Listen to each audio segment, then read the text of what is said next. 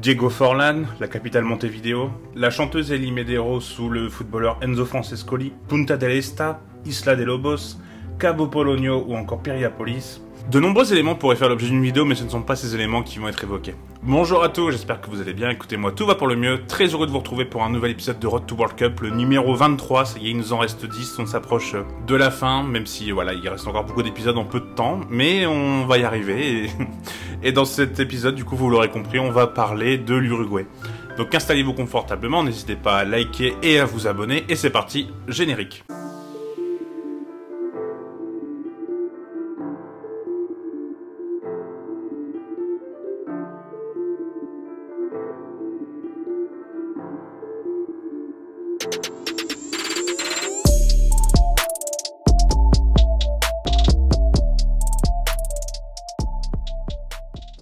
Comme d'habitude, on va commencer par l'histoire, et l'Uruguay va participer à sa 14e Coupe du Monde, sachant qu'ils en ont gagné déjà deux, les deux premières dans lesquelles ils ont participé, car en effet, en 1934 et en 1938, ils n'ont pas participé à la Coupe du Monde, donc ils ont gagné la 1930 et la 1950, et en 1934, en fait, et en 1938, ils n'ont pas participé car ils n'étaient pas d'accord avec certaines choses. En 1930, quand l'Uruguay a gagné la première Coupe du Monde de l'histoire, beaucoup de pays européens n'ont pas fait le déplacement et n'ont pas participé. C'est pourquoi l'Uruguay a décidé de boycotter la Coupe du Monde de 1934, ce qui est quand même assez surprenant.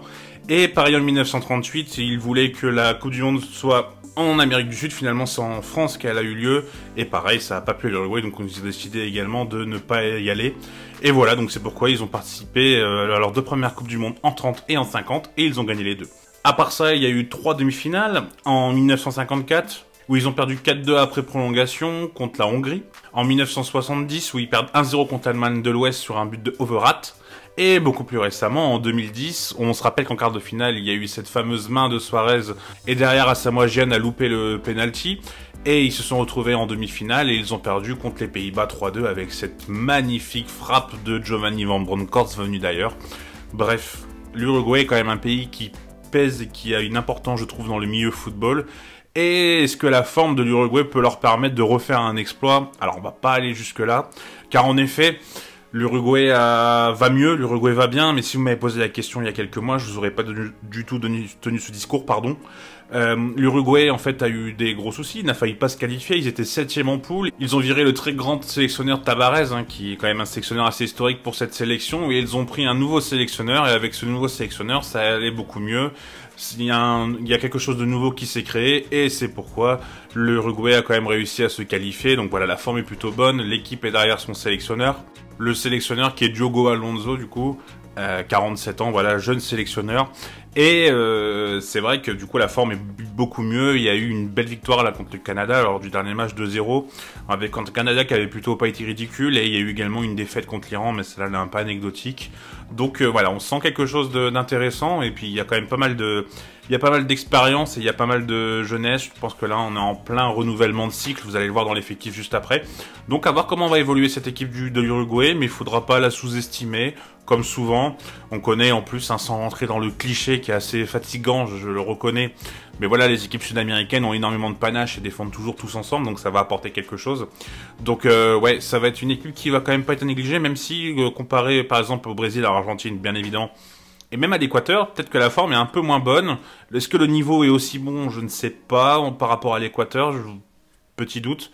Mais voilà, en tout cas, l'Uruguay, ce sera quand même une sélection à suivre, ça, il n'y a aucun doute. Alors, on va rentrer dans la revue d'effectifs. Donc, comme vous le savez, d'habitude, je fais un 11. Et en fait, ça a été assez dur parce que le sélectionneur tente encore plein de choses vu qu'il est là depuis que quelques mois. Et en fait, il y a eu un 4-3-3, il y a eu un 4-4-2. Ce que j'ai fait, du coup, c'est que je me suis appuyé sur la victoire du Canada où il est passé en 4-4-2. Donc, voilà, le 4-4-2 à la mode Galtier, j'ai envie de dire, à Nice et à Lille. Ouais, donc on va rester sur un 4-4-2, mais il se peut très bien que ce soit un 4-3-3. Donc voilà, je tenais à faire cette précision avant de vous parler de l'effectif. Et la très grosse force de cette équipe, c'est le milieu de terrain. Bentancur, Valverde, c'est quelque chose quand même d'assez fort, d'assez consistant, qui fait énormément d'efforts. C'est vraiment voilà d'un très très bon niveau, pardon. Ouais, franchement, Valverde, on en parlera dans le joueur à suivre parce que j'avoue, je ne savais pas de qui parler. Et Valverde, en fait, m'impressionne cette année. Je pense que c'est le joueur qui m'a le plus impressionné, tout championnat confondu. Et du coup, on va parler de lui. Et il est à côté de Bentancur qui fait beaucoup de boulot dans l'ombre, que ce soit à Juve et maintenant à Tottenham. C'est un joueur qui est très intéressant, moi je trouve qu'il a une capacité de défendre, une capacité de dribble, très belle vision de jeu.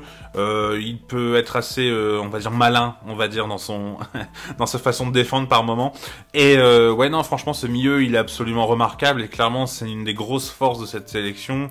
En plus on va le voir juste après, mais c'est vrai que la défense peut être un peu perméable par moment et avoir ce milieu qui est capable de faire des efforts à gogo, expression pas dite depuis 1950. C'est vrai que bon, c'est quelque chose qui est quelque chose vraiment de très très important et vraiment ce milieu de terrain, ça va être quelque chose de très très très remarquable. En plus sur le banc, on a quand même Mathia Vecino et on a Lucas Torreira, donc voilà, on n'a pas des joueurs non plus mauvais qui peuvent prendre voilà prendre la place. Torreira par exemple qui pourrait être peut-être une sentinelle, enfin même Vecino d'ailleurs, pour repasser dans un 4-3-3. Donc voilà, ce milieu vraiment très très intéressant.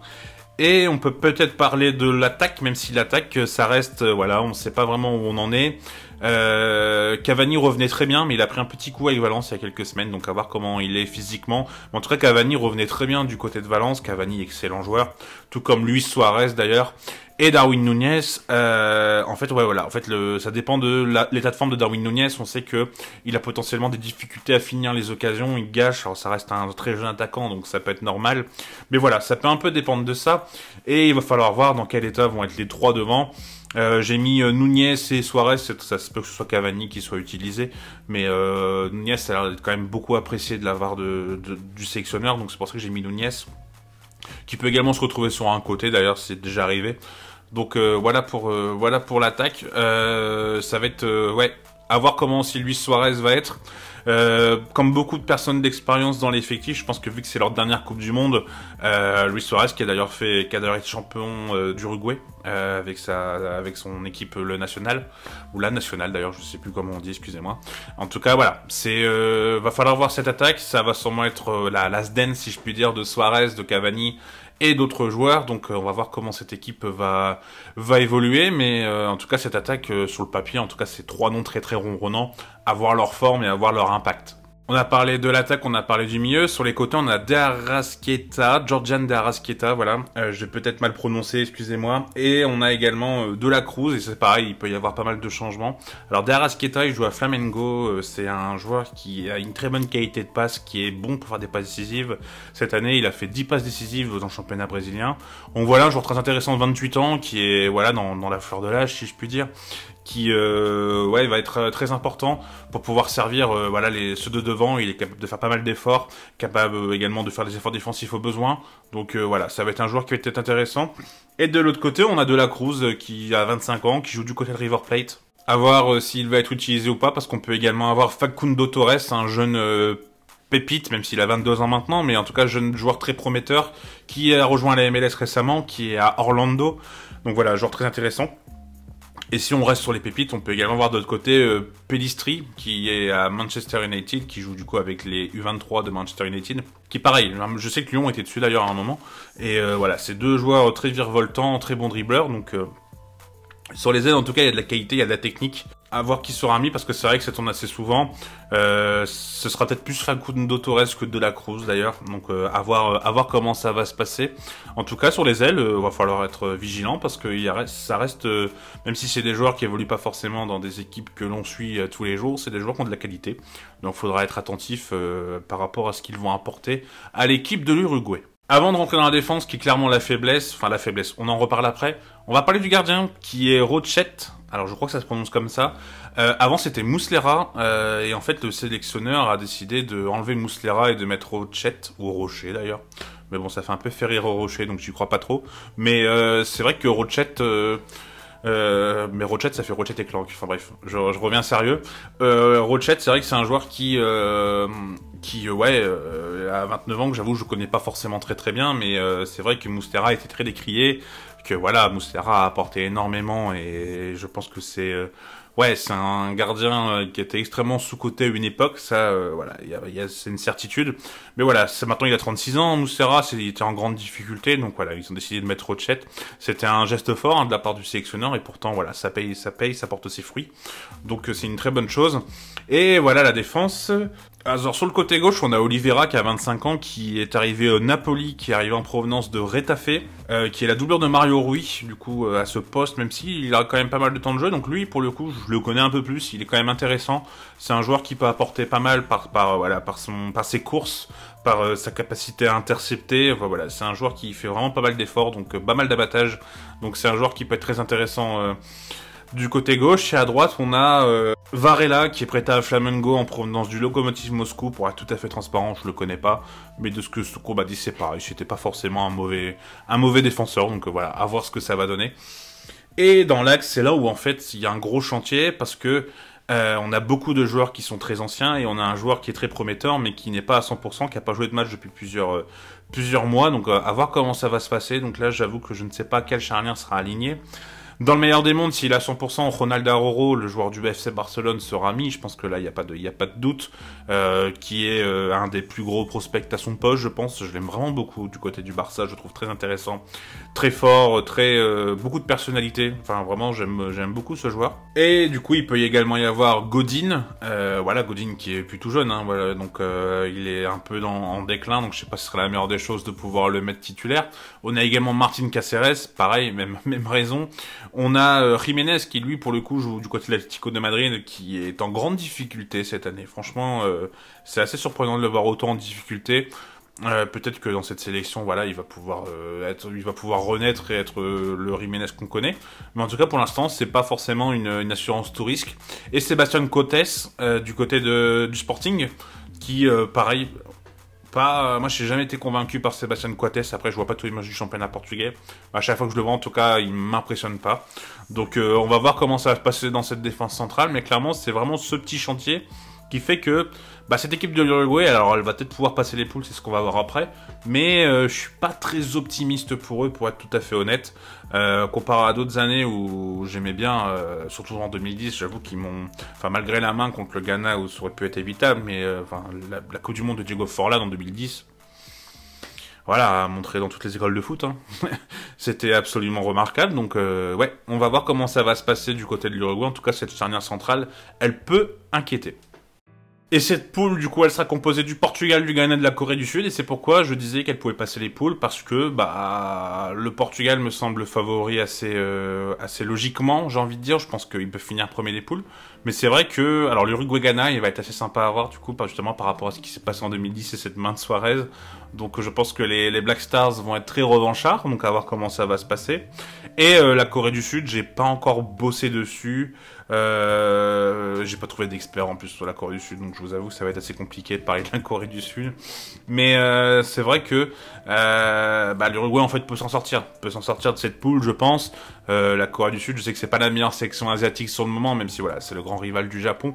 Mais en tout cas sur le papier, c'est pas la meilleure, c'est pas la meilleure sélection malgré des joueurs avec beaucoup de talent. Et ouais, le Ghana, de ce qu'on avait vu, c'est en construction. Il y a pas mal de jeunes qui émergent, mais peut-être que là, ce sera peut-être un peu trop juste pour cette Coupe du Monde. Donc l'Uruguay peut s'en sortir, comme ils peuvent pas s'en sortir. Je vous avoue que pour ce prono, c'est assez compliqué, voilà, de dégager une tendance pour cette poule. Mais en tout cas, l'Uruguay pourrait sortir des poules. Je serais pas surpris qu'ils se qualifient en huitième de finale. Et après huitième de finale, j'avoue que là, je commence à avoir un peu plus de doutes, à moins s'ils finissent premier de la poule et que le Portugal craque. Mais je pense quand même que le Portugal devrait pas avoir d'accident de parcours en poule. Donc voilà pour cette poule. Et pour le joueur à suivre, je vous l'ai dit, je vais parler de Federico Valverde. Alors Federico Valverde qui joue au Real Madrid depuis plusieurs années maintenant, qui est un joueur absolument extraordinaire cette année. Franchement, j'ai pas d'autres mots. C'est un joueur qui est capable de tout faire. On l'a retrouvé l'année dernière ailier droit, ce qui était assez surprenant, mais il arrivait à faire du travail. Là, cette année, il a encore joué un peu ailier droit, où en fait, il a cette capacité à tirer de loin, à marquer des buts. Franchement, tous ses buts au Real, ils sont quasiment magnifiques. C'est un joueur qui va être capable de faire un double-double. Donc un double-double, ça 10 buts, 10 passes décisives cette saison. Franchement, il est bien parti pour vous montrer vraiment comment il a évolué offensivement. Et en plus de ça, faut pas négliger ses qualités défensives qui sont absolument remarquables. Franchement, Valverde, je crois que le Real Madrid est tranquille pour 10 ans avec lui. comme avec Chouamini d'ailleurs, et sûrement comme avec Camavinga. Mais ouais, Valverde, franchement, c'est ce qui se fait quasiment de mieux dans le monde en ce moment, à ce poste. Il a pris une dimension cette année absolument incroyable. Ouais, franchement, moi, il me bluffe. Je suis vraiment très bluffé par Valverde. Et j'espère vraiment qu'il va pouvoir porter sa sélection, parce qu'il a une grosse personnalité, il est capable, voilà, de faire pas mal de très bonnes choses. Je vous conseille la vidéo d'Alex, d'ailleurs d'Alex de Castro, si vous l'avez pas vu, sur Valverde, qui est absolument bonne, et je trouve qu'il en parle parfaitement bien. Et voilà, en tout cas, moi, mon joueur à suivre dans cette sélection, ce sera entre autres Valverde. J'espère que cette vidéo vous aura plu. Écoutez, un grand merci à Maxime Parlesport sur Twitter, qui m'avait déjà aidé pour le Brésil et il m'a aidé pour l'Uruguay. Grand merci à lui, parce que j'avoue que j'avais un peu des lacunes sur l'Uruguay. Faut que je me fasse une raison et que je regarde plus de sélections. J'avoue qu'en général, je profite des moments de sélection, parce qu'il y a tellement de matchs de club que je profite pour me déconnecter un peu du foot. Mais du coup, je suis un peu largué sur les compétitions, donc voilà, enfin voilà, petit aparté. En tout cas, si la vidéo vous a plu, n'hésitez pas à vous abonner. Il y aura une vidéo qui sortira normalement dans la même journée, ou si j'ai pas le temps, elle sortira demain. Mais normalement, il y a une vidéo sur l'Arabie Saoudite qui devrait suivre là très rapidement. Il y aura souvent 2 vidéos par jour, du coup, parce que bah, là, il va falloir avoir un super rythme. Ce week-end, de toute façon, j'ai rien de prévu, donc ça va bosser. Et le dernier épisode, du coup, sera la France, hein, le 32e.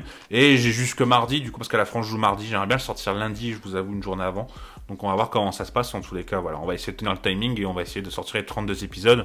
Parce qu'il y a des gens qui m'ont aidé, il y a des gens qui m'ont répondu. Et voilà, je trouve que c'est pas normal, quand on demande de l'aide des gens, de ne pas sortir de vidéos par rapport au travail que les gens ont fourni bénévolement et gentiment. Voilà, je trouve que c'est la moindre des choses de sortir une vidéo parce quand on demande de l'aide à quelqu'un.